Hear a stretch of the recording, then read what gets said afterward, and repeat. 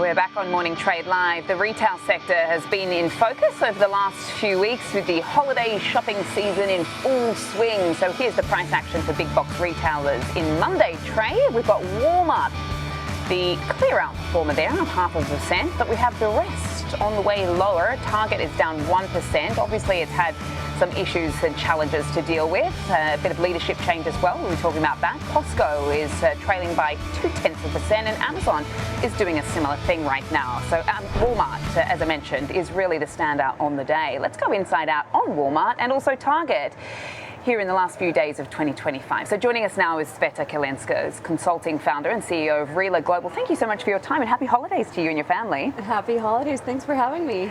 Thank you. And what are you seeing out there right now? So we've got through the thick of it as far as some of the holiday shopping stats that we've been watching, the data. I mean, it's all looked pretty good. I mean, I've been out and about over the last week or so. People are spending. Yes. People have bags. They're shopping. The airports are full. Yes. What's going on out there? I mean, what are you seeing as far as, let's start with Walmart, because that's really been quite an outperformer. So I analyze consumers and what they say on social media. And the last 7 days that I analyzed were actually very interesting in the perception of the customer and how consumers have been looking for value and less friction, along with speed of shopping, speed of checkout. So when I analyzed Walmart, I noticed that there were several spikes throughout the holiday and last few days. Of course, they had to do with the execution of speed into their shipping.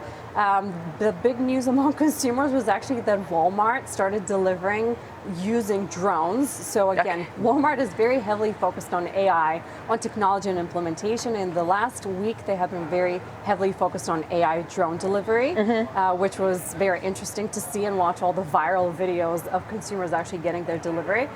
The other interesting thing that consumers talked about Walmart were AI price basically adjustment and how they have been using AI to really tackle moving prices when you're shopping online.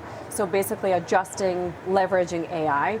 They also launched a new, I think the name was Sparky, of the AI tool that they've been using. So consumers actually enjoyed using that.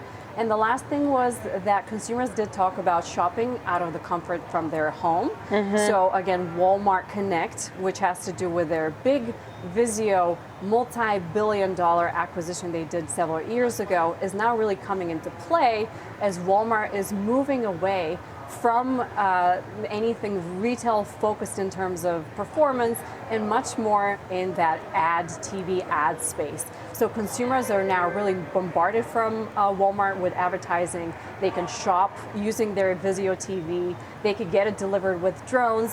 And those were the key themes that I saw. Yeah, this whole drone story is fascinating. Obviously, I've watched over in China, JD.com actually deploying this sort of strategy years ago. I mean, China's a very big country, but so is the US. And so it's been really interesting. It's funny that we were talking about Amazon actually halting its drone delivery plans in places like Italy, for instance, which it's a bit of a head scratcher, I suppose, because people live very high up in mountains. You wonder if people can actually get up there, but it would be quite useful, I suppose, a drone. But okay, so you mentioned AI a lot, and this is how consumers feel because you monitor what they are saying online. What are they saying about some of the other big box retailers in comparison? Because it just seems like Walmart's doing everything right now. Yes, it does seem like that. And other retailers are trying to catch up as well. I analyzed Target. That was another retailer that I'm always interested in just because they were lagging a little bit over the last year in comparison to some of the other retailers. Interesting things I saw about Target were that actually, in comparison to Walmart, in terms of share of voice in discussions, they were pretty much up at the same levels in terms of number of mentions. So that's actually really good for Target. Now, the key differentiators that I did see with Target in comparison to all other retailers was that they're very focused on value. So while, say, a Walmart focuses on we have the lowest prices and AI and fastest delivery, Target really focused on the value that they're going to give the customer. And they really focused on collectibles, on vinyls, and on entertainment and sports discussions and products that they were dropping throughout the holiday season. So the last week was very busy for them with the holiday spirit, when it came to those collectibles and personalized items that they were trying to offer their customers in order to differentiate themselves from any other of the retailers. That's so fascinating. We're going to be watching that trend, obviously, and see if that's reflected in the numbers as well come the new year. But very much an interesting trend to keep an eye on. Tsvetta, we have to leave it there, but thank you so much for joining us today and breaking down those two big box retailers. Really appreciate your time as always. Tsvetta Kaleynska, consulting founder and CEO of Realer Global. Let's trade it now with Tom White, host of Fast Market. So Target, you've got an example trade for us this morning, Tom. Yeah, Sam, the stock's pulled back pretty significantly, but having a pretty good December, up 9% since that last earnings event. They're trying to redo stores. They're trying to invest more in the shopping experience, even though the stock's down because of that consumer, the picky consumer staying away from discretionary, which Target has a bigger footprint in. But that being said, the stock has made some ground up. It's been on a 2.5-year downturn for the shares. So I looked at a strategy that takes advantage of maybe some upside exposure, but giving myself a little bit of cushion to the downside. It's a neutral to bullish covered call here to try to take advantage of that 4.6% dividend yield that the stock currently has at this point. They've got decent free cash flow. So if you want to buy the shares, let's sell an upside call that's out of the money to offset some of the costs on the initial trade and then also creating some yield. For every 100 shares of stock you buy in Target, we're going to sell an out of the money call. I went out to the January 16th monthly options and I looked at selling the 103 strike call against that. So you're going to pay roughly about a $97.50 debit. It's probably a little bit lower than that right now.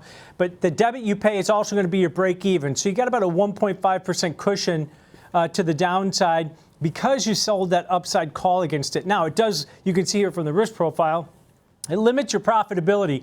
But after the 9% run, some consolidation might be warranted on this. And as you get closer to expiration over the next 18 days, at any point you can roll or adjust that short call, creating credits that increases potential profitability, lowers that break-even point. But this is a twofold type of trade where you're collecting yield because you own the shares, you get to that 4.6% dividend yield, but then also you can keep collecting credits on the upside call that you sell against your long stock position. So covered call, neutral to bullish in here in Target.